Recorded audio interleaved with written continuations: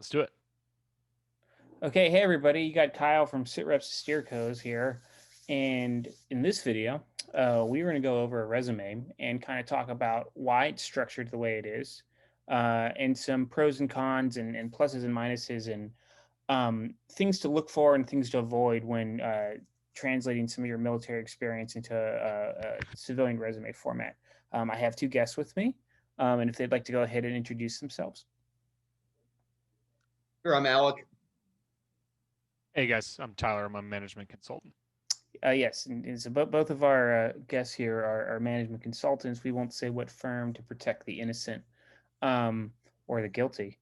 That's But yeah. The second part's more likely. yeah. But we're going to go through this, and we're going to give some perspective here. So both myself and Alec were officers, and Tyler here was an enlisted man. So it'll be great to get some of his perspective here, since a lot of this advice sometimes comes from officers to officers, but enlisted are perfectly capable of, doing just as well as officers in MBA or professional services or whatever career they pursue. So, Alec, why don't you go ahead and start us off, since you in fact constructed this resume, but it is not the resume of a real person, right? No, it is. It's an entirely fictitious person, not based or even inspired by anybody. But the structure and the content are representative of a lot of the vets resumes that we've seen and are fairly typical among a lot of vets. So we see here William Johnson. He was a United States Naval Academy graduate. He had a 3.3 GPA as a economics major. So see, that's a good, not great GPA, and had a 710 on his GMAT. And so the goal here is to show how this person who would be on the bubble for a lot of top programs can craft a resume that would really put him, over the top and potentially land him at one of the higher ranked programs for an MBA. And so we can start from the top. So first thing you should do is reach out whenever you've decided that you want to get an MBA. Reach out to the veterans clubs at the individual schools that you're going to be applying to, and you should request their resume template. You can just do a simple Google search, so veterans at school X. They'll most likely have a functional account, shoot in an email, and usually somebody from the club will get back to you and give you a format, which typically looks something like this. Yeah, and most of these So, clubs will have yeah, like an outreach officer as well, Yeah, So like if you look for somebody, like they'll have somebody designated to really help you with this. I think that those make sense, and Kyle and Alec bring up a great point, right? I went to a top 25 MBA program. We didn't have a dedicated outreach officer. Instead, what I had to do is reach out to the Career Management Center. Every business school will have one of these, and ask to be connected to one of the veterans in the program, right? You don't have to be specific about a veterans club or anything like that, but have them help you find a veteran in the program, and then use that to find the resume template, very similar to what Alec was talking about. If they don't have designated support for the veterans, find a veteran, same ask, can you send me a resume template? Yeah. So, what's interesting about I think resumes here, and it's always a hot topic, and I certainly get a lot of DMs about it. Um, is people will say, like, how do I translate my experience? We did a video, the last video we did talked about really translating like something from like an OER or a fit rep into more digestible civilian speak. But I think it's also important to talk about just the overall format of a resume and why it's constructed the way it is. So, a couple things here to orient you. The first thing is that you'll notice this resume is one page. It's one page, and in fact, I could probably go on further, right? We actually cut it off here. We have a lot of white space down here, and there's a reason for that. And the reason for it is in professional services or in the professional world, right? Generally, most resumes are one page. Now, this can be different depending on industry. Like if you do research, right? If you're a lawyer, right? Some of the work that you do can become very specific, or it's very important to really highlight your full body of experience. But in the business world, it's really common to just have a one page resume. simply because it's easy to read. It's very concise. It's easy to shoot around, right? And and when people are scanning resumes, they're not going to spend a whole lot of time on it. I think, when I've done recruiting for my past firm, when I got resumes, right, I'd get like, say, like a book of like 40 different resumes, from like, say, an MBA program, and they'd, hey, Kyle, go through them, mark the ones you like. And you'd be anywhere from like 15 to like 20 seconds, if that. And you'd be like, okay, like looking at like the education, right? You like start at the top. Like I sometimes, I'd like glance at the name, but honestly, it was like really irrelevant.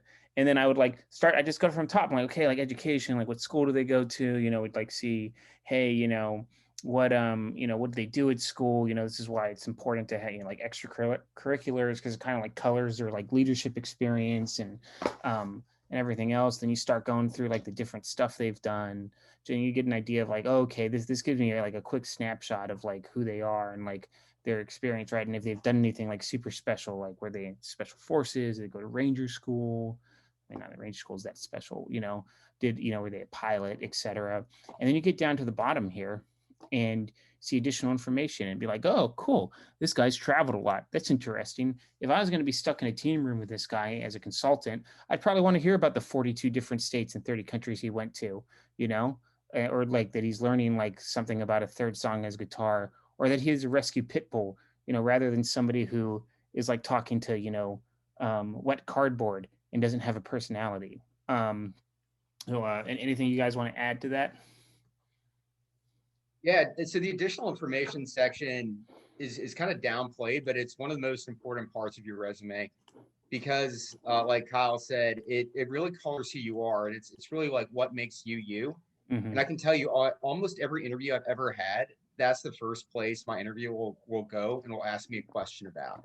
Yeah. So with it, so just think about some fairly unique experiences you've had. So for example, like writing down that you like to travel. Okay, great. So does everybody.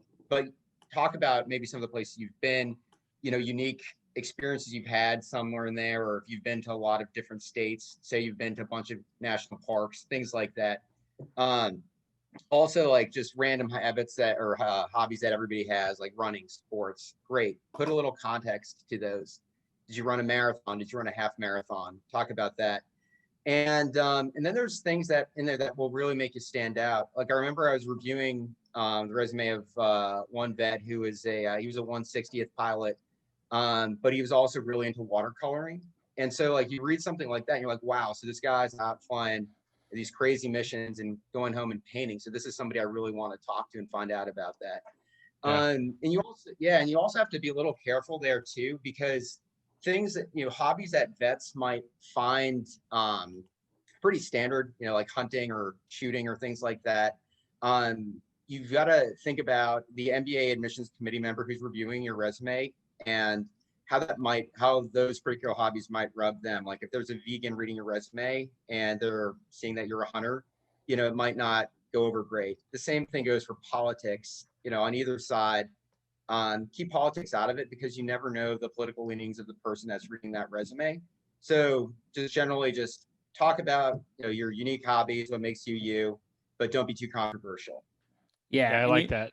If you don't mind, Kyle, I'll hop in here. No, please. Yeah. I really like that. In terms of the white space, right? I was an enlisted guy. I went to business school. I think I had 10 years of work experience or something along that. And so, I didn't have a problem with having a white space on my resume, right? The thing that I struggled with was getting everything that I thought was really important down to one page, right? And so Kyle brought up a great point, which is the time that people spend to review this is very limited, because typically when they're asked to review a resume, they're asked to review a bunch of resumes, right? And so, as folks listening to this or seeing this, if it's not on your resume, the best advice I think I gotten from my CMC at my business school was, just because it's not on your resume doesn't mean you didn't do it, right? Mm-hmm. A lot of times we have to think about the ego that goes into us constructing this thing that represents us to this business program that we're applying to. Putting it on 7 pages and giving it to a business school, one, their software probably won't let you do that, because I think they have things Yeah, that monitor PDFs. But look, they're not going to get to it, right? And they'll probably look at it and go, they didn't follow the rules. So clearly they're not a good fit for my program, right? Condense it down to what the requirement is and understand that the things that you put on this piece of paper are meant to get you into the place that you're applying to, not meant to make you feel great about yourself, right? And so really have that mindset when you're thinking about whittling down all of these wonderful accomplishments that you all have. Simplify it, put it in the context that the school is looking for, in the format that they're looking for, and people will be much more receptive to the accomplishments that you've had, rather than you presenting the alternative that makes you feel good but doesn't get you where you want to go. So again, just because it's not on the resume you give them doesn't mean you didn't do it. Meet the requirements, give them the best look at you for what they're looking for, and I think you'll have a positive experience. Yeah, definitely. I think it's great perspective. And it's funny, right? We talk about resumes here, and like, when you're going to an MBA program, or you're going to a professional job, right? Like the things that are going to happen, is generally they're looking to hire for fit, and they're going to train you. And so all this like great stuff that you have here, talking about, like I analyze Navy ships readiness policy and yada, yada, yada. It's going to be like speaking alien to them, right? Like, even though you're going to put all this effort into these bullet points, it's still going to come across to them in a way that they're not fully going to understand. And so they're going to try to really judge you or evaluate you in a way that says like, hey, is this somebody I would want to represent us? Is this somebody we could train? Is this somebody I could put in front of a client, right? So think about that. Like, you're trying to come off professional and polished with the understanding that they know you don't actually have business experience, right? So like the resume is just a way for you to kind of present yourself and say, hey, I'm ready for this transition. I've done some homework, right? I've put together something that looks professional, and I would like your help in, getting me to the next level. Like, for example, when I interviewed for my first job out of business school, right? With the one I ended up going to, I went through this whole interview process, and the first couple interviews, we certainly did talk about like business stuff, like doing like case studies and synergies and mergers and all this stuff. My last interview with the head partner who had the hiring authority, what we talked about? We talked about the Pittsburgh Steelers for like 45 minutes, right? And like the history of like the Midwest and the steel industry and all this stuff, right? We didn't talk about how would you evaluate the merger between two companies or what synergies I'd look to like get out of it, right? He was trying to see, hey, is this somebody I want in my organization, who's going to get along and who we can train, be a productive consultant. So it's just something to consider, like truly. As far as like the format, right? Let's kind of like start at the top here. Like we said, we had the name here. We had education here. It's really important. Education is generally, I think, for the first transition out of the military, right? And even for several years after, education is always going to come at the top. And the reason is because when a recruiter, when a hiring manager, when a screener is looking at it, they're going to immediately start to bucket you based off your education, right? And so if they see something like you went to the Naval Academy, you went to West Point, you went to Harvard Business School, you went to this MBA program, that MBA program, whatever, it immediately like places you in a tier in their mind, like, okay, I can begin to take this person seriously. Because unless they're trying to hire for a very functionally specific role, right? Like they're not going to be that concerned about your experience right off the bat. Kind of what I was going back to is saying like, hey, like they're going to hire you based off of fit and everything.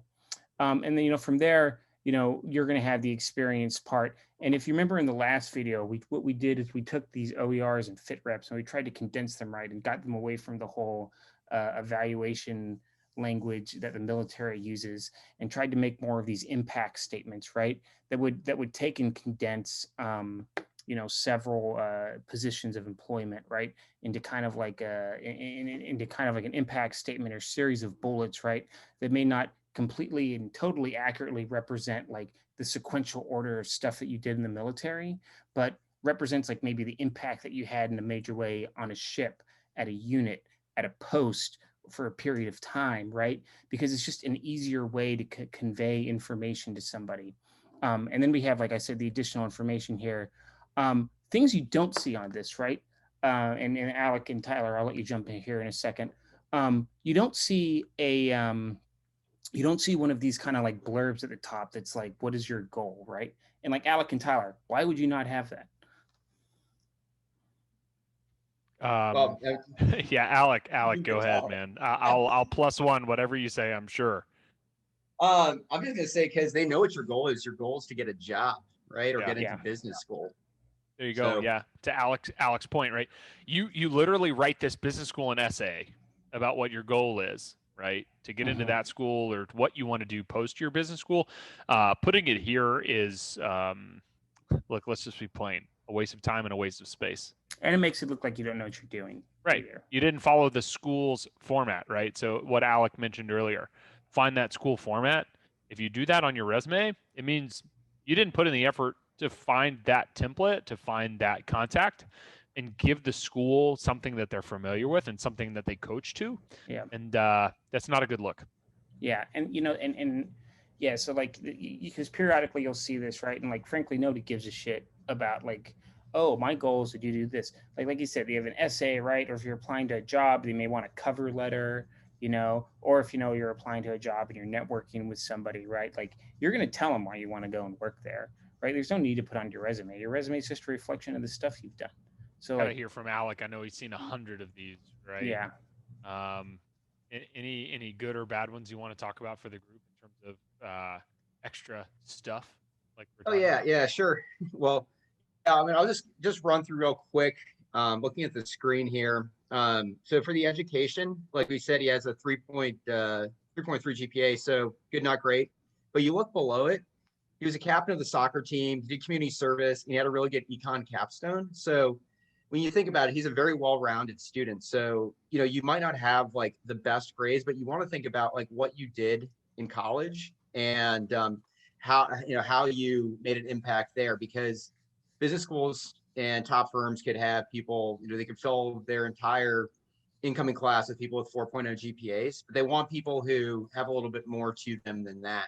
So this is an opportunity where you can really show like what you actually did when you were in school. Yeah, Yeah. I like that. And as you think about, so you look at William Johnson, maybe Bill Johnson's resume, right? He's got some white space. I want to talk about what you did, either in your undergrad. Let's just keep it at that, right? What you did in your undergrad, or say you're proud of something you did.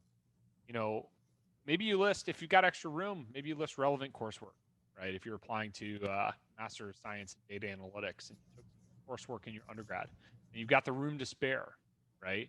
You feel like you've exhausted your accomplishments from your experience section, right? And you want to add some extra flair or some extra specificity to your resume.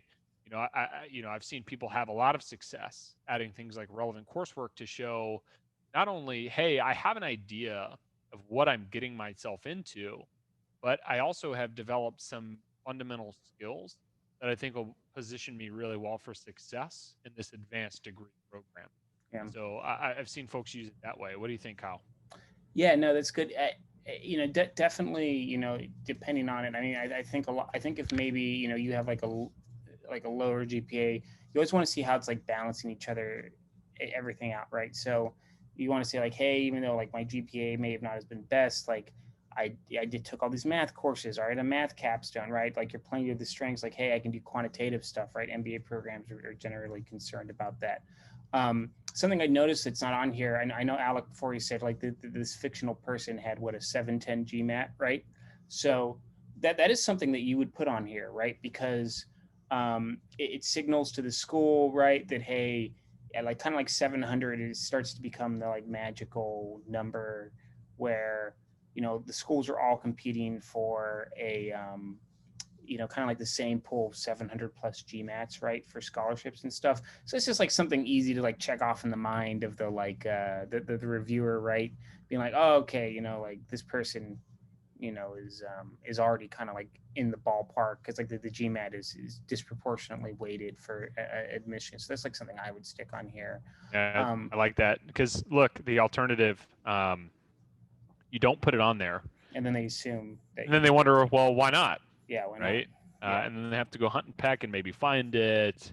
So look, full disclosure is important here, right? Yeah, So and if you got a great score, show it. yeah, and if they didn't, and if they, oh, like, well, they said, well, he has 700 GMAT. Why didn't he put it on here? Does he not know what he's doing, right?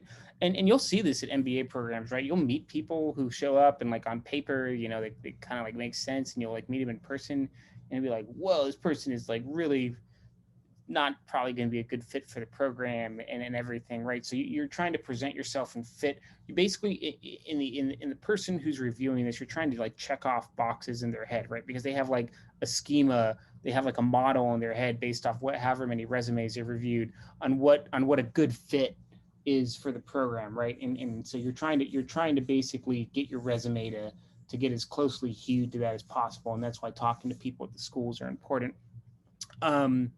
Something that's also important about this too is this resume is in a PDF format. And why is it important for resumes to be in a PDF format? Alec or Tyler, would you like to expound on that? I have some anecdotal experience. Yes. I once upon a time, shortly after exiting service and before business school, submitted a resume in Word format. And I was reached out to by the person that received my resume that it didn't format correctly on their computer and that I no longer needed to concern myself or supply a different copy because they had already filled the position. Oh my God. And so when you think about this, right, a PDF is a known and knowable thing. What you see on the PDF is what the other person is going to receive. Yeah. If you submit it in any other way, it's editable. You allow two things to happen, right?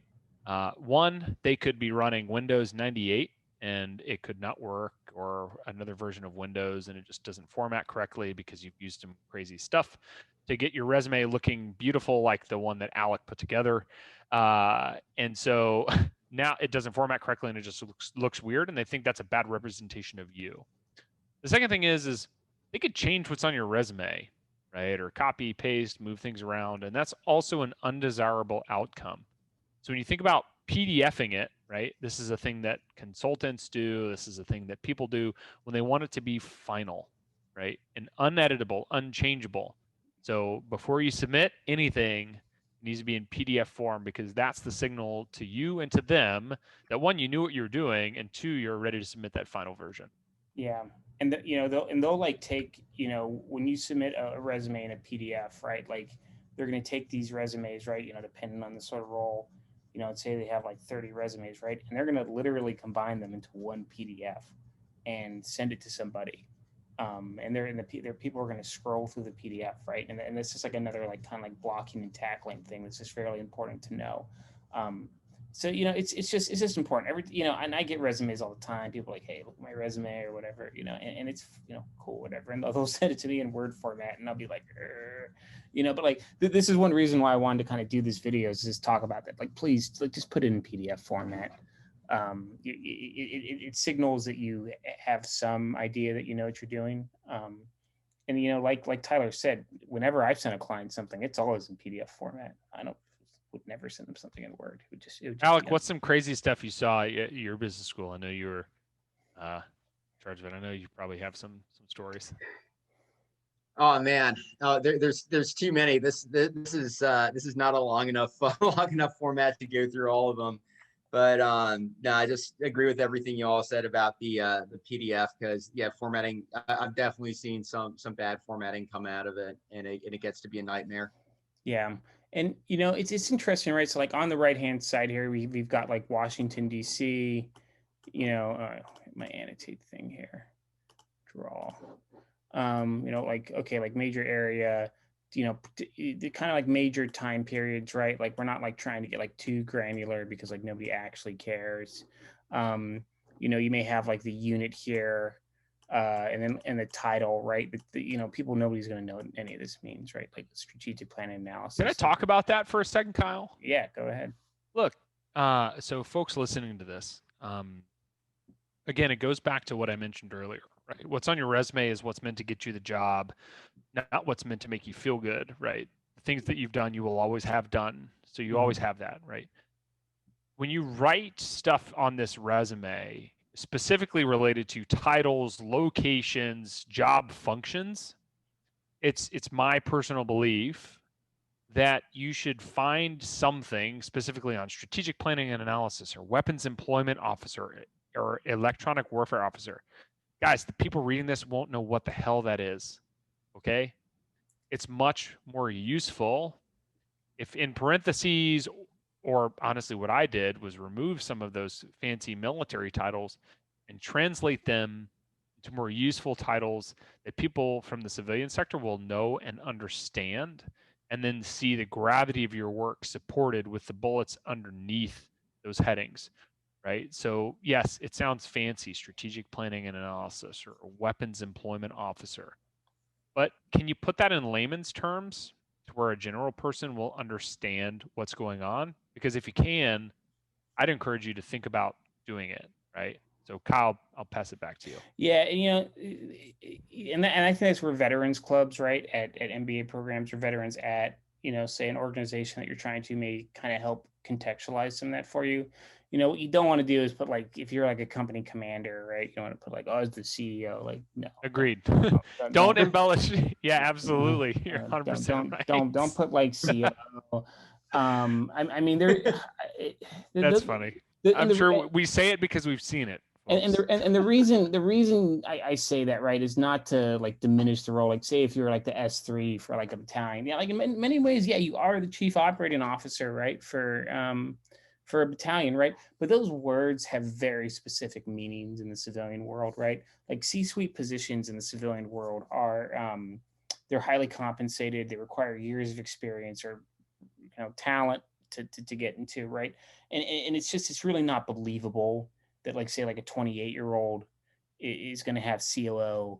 It just doesn't smack of realism, right? And I don't know, maybe some people will find it cute, but like I would say most people would be like, this doesn't make any sense. So that's something to always take into consideration. And there's like other titles. There's like director, right? Like director is a common term. VP is maybe one I would stay away from, because unless you like work at like a bank, like banks have like a million VPs, right? But like a VP at like a normal company is a very senior position, right? So there's other titles you can have, like manager is probably a good one. That's something that would probably resonate more with people than COO. So always something to think about. And it's not a perfect science, right? Like, so, do your best. So yeah, I think that's probably a pretty good overview of this.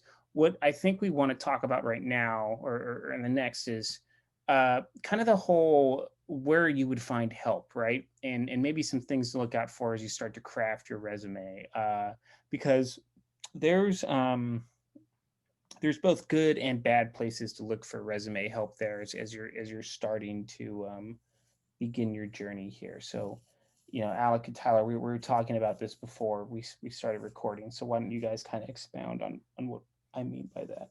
Alec, my feelings. Take the floor, man. Okay. I'll start off. So the first thing you should do, and we touched on this earlier in the recording, but reach out to veterans clubs, right? These are all you got to do is just jump on Google, look up Veterans Club at School X, and find a way to get in touch with them, and get in touch with those people, because those people walked the road you're heading down a year or two before you, and you'll be surprised at how willing they are to help you out for free. Just give their time, especially people with your similar background. My MBA program, we always try to pair people with similar military experience up, and go through resume prep. Also, service to school, like Google service to school, link up with them. You can get an MBA ambassador for free. And these are some people who are by and large in their top 25 type programs, and again, who give their time completely free. You mentioned free, Alec. What? Yeah, free's important. Free's important here, right? Alec, what are some things to be true about either free or not free programs? Well, I'm gonna turn the floor over to you. And what I can tell you is that, and I think I speak for all three of us, none of us paid for any help to get into, to get into any of our business schools. And we all went to top 25 programs, and we leveraged the free resources we have. So I'll turn it over to you to talk about some of the not so free ones you might want to stay away from. Yeah, look, it's easy to find, organizations that are clamoring for your attention, and they're likely clamoring for your attention because they may or may not charge you for the service that they provide, right? So for all those listening here, Alec touched on a lot of great points in terms of the resources that schools can provide you, and that should be your primary source of truth, specifically in terms of resume help, right? They might not offer you the most tactical advice in terms of bullets. Some will, right? Some people, like Alex said, they pair you up with people that might know something about what you're doing, and that's a fantastic assistance, right? But look, no one listening to this, or no military veteran in general, should pay for any resume resource or resume assistance. It is my opinion that the moment someone asks you to compensate them for resume help, that's a cue to you that you're talking to the wrong people. There is too much of this advice. So two things, right? There's too much great advice out there that is specific to your school that exists for free to entice you to pay for something outside of that. And the second part of that is there is just too much advice out there to make any of it, as subjective as it is, worth paying for, right? So as you think about developing your resume, instead of paying for it, develop the relationships that you think you can find at your schools, or the people that you've had over you in the past, or the people that have gone before you, and develop those relationships to help you develop your resume. You don't need to reach in your back pocket to do it. And again, as a warning sign, if people ask you to pay for that type of advice, you should run the other way. Yeah, there's it's interesting, right? There's kind of like this whole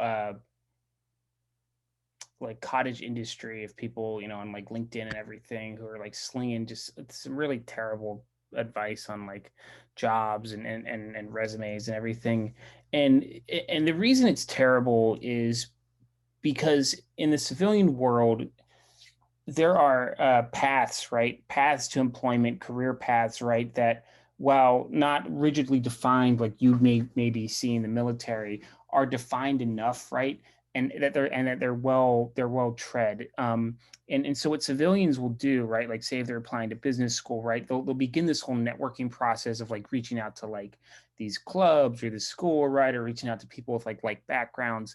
And because it is in the mutual self-interest of both parties to interact, right? They will exchange like, help me out with my resume, right? I add you to my network. Now that you're in my network, we can help each other in the future. I can get you into school, right? Maybe we can collaborate in the future. You can get me a job. I can get you a job. We can keep an ear out for opportunities.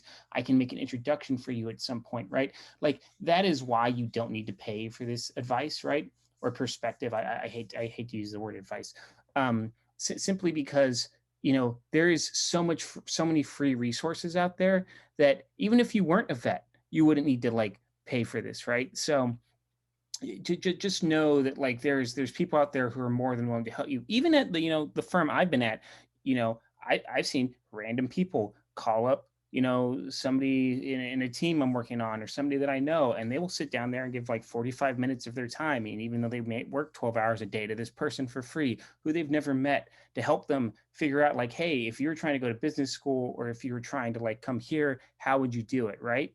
And it's not entirely prescriptive, but they're doing it simply because they've been there before, and it's just how the civilian world works. Like it's all about collaboration. You only work with people you want to work with, so just always keep that in mind, right? Like never think that you have to like pay somebody money for probably some pretty bad advice. Yeah. Leverage those quality relationships, folks. It takes time, right? So as you're planning your transition for business school, your resume will take time to develop. Those relationships will take time. And again, you should not reach into your back pocket to find these types of resources. There are wonderful business school programs and veterans that want to find other veterans at those business programs that will help you do this. Yeah. So I'll pass it back to you. Yeah, and if you're looking for just like a template, right? I have one on my website at the sitrepssteercos.com website, and the resume template is literally pulled from my business school or the business school that I went to, right? And so like I'm giving you like people pay exorbitant amounts of money to a business school to like have access to like career development services, right? And here you can just have access to the template for free. Like who gives a shit? Like, it's interesting that Kyle, you say that, right? I think my resume format for my business school was exactly this, just a different font. Yeah, right. It's they all take this format, I think. Yeah, it's not like some super secret. If anything, it makes sense, right? So like you can download that and or use that, or I mean, you contact any business school and they'd give you the same thing. So. Just always something to consider, and just more than willing to always reach out, happy to connect anybody or whatever. So okay, cool. Well, I think that kind of like sums it up. So I think to recap is keep it to one page, PDF it when you send it to somebody, talk to people at the school or organization you're trying to go to and get their advice to help translate everything, and don't pay for resume help. It's just a bad idea. So cool. All right. Alec or Tyler, anything else you'd like to add before we wrap this bad boy up? There's one closing thought is, if you're successful, you get into business school, you do well, give back, help other people out with their resumes, and give that free support. Don't be one of the people who goes and charges people for stuff. Yeah, that's right. Plus one, what Alec just said. You get to where you are because of the people that have gone before you, and there are people behind you that are dependent upon people like you, right? So if you use resources, things like STS or Service to School, the other S2S, any of the other ones, right, guys, and gals, right? It doesn't matter who you are. The military community depends upon each other to help us trailblaze and get to new places together. The last thing I'll say is this. Kyle brought this up. The first place that I go when I review a resume is to the bottom. Right? I want to hear what this person's about, right? And so do not sleep on the power of the additional information section. And make it interesting, make it relatable, make it something that someone goes, I want to learn more about this person, right? And so when you think about it, don't just mention you're a triathlete. Mention that you place in the top 90% of every triathlon you've entered into.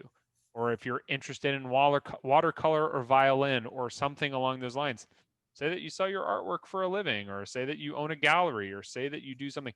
Say that you do something with the things that you're interested in to not just show the base level of interest, but also the application of those interests.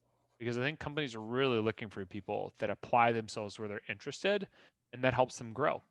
So with that, I'll pass back to you, Kyle. Yeah, and I know we're trying to wrap up the video, but I will say this: companies are looking to hire mentally agile people because the problems they face require mentally agile people, right? And so if you can demonstrate a wide range of interests and competencies and drive, drive is a big one. That's impressive to people to be like, damn, like you learned how to do this, like that's crazy, or like you sought excellence in something other than just your job. People respect that, and it it raises them, and you're like in their eyes, and like if they'd want to work with you or consider hiring you. So cool. Thanks, guys. All right, guys. Well, thank you. And as always, follow me on Instagram, follow me on Twitter. So Instagram, Steerco, Twitter @S2Steerco. And also check out my website, sitrepssteercos.com, where I try to memorialize some of this perspective. I don't give advice, I give perspective. Appreciate everybody's time today. So thank you, Alec and Tyler. And I'm sure we'll do another one of these videos at some point. Thanks, y'all. See ya. Yeah.